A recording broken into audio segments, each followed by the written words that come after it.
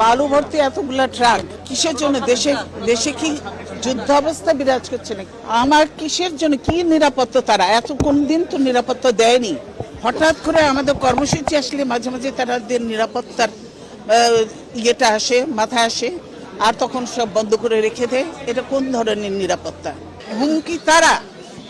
আজকে অন্য কেন, জনগণ আমার জন্য মোটেই সমস্যা না। জনগণ, আমি আসলে জনগণ খুশি হয়ে স্বতঃস্ফূর্তভাবে আমার পাশে এসে দাঁড়াবে।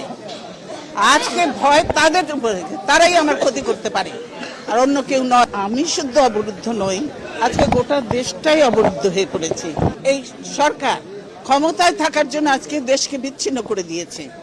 আজকে এই সরকার একটি দুর্বল এবং ভীতু হয়েছে। এরা এত ভীত তাদের নিজেদের গদি রাখার জন্য, তা এখন মানুষের রক্ত নিয়ে তারা ক্ষমতায় আছে। আপনারা কেন এগুলোর মধ্যে ইনভলভ হচ্ছেন? এই বাড়াবাড়ি কিন্তু বেশি দিন টিকবে না। তার জন্য পরিণতি কিন্তু আপনাদের ভোগ করতে হবে, এটা মনে রেখেন। আমরা সেই জন্য বলেছি, আমরা বারবার বলেছি যে আলোচনায় আসেন এবং দেশে শান্তি ফিরিয়ে আনার জন্য, দেশের জনগণের ভোটের অধিকার ফিরিয়ে আনার জন্য, জনগণের ভোটের অধিকার ফিরিয়ে আনার জন্য একটা নির্বাচন করতে হবে।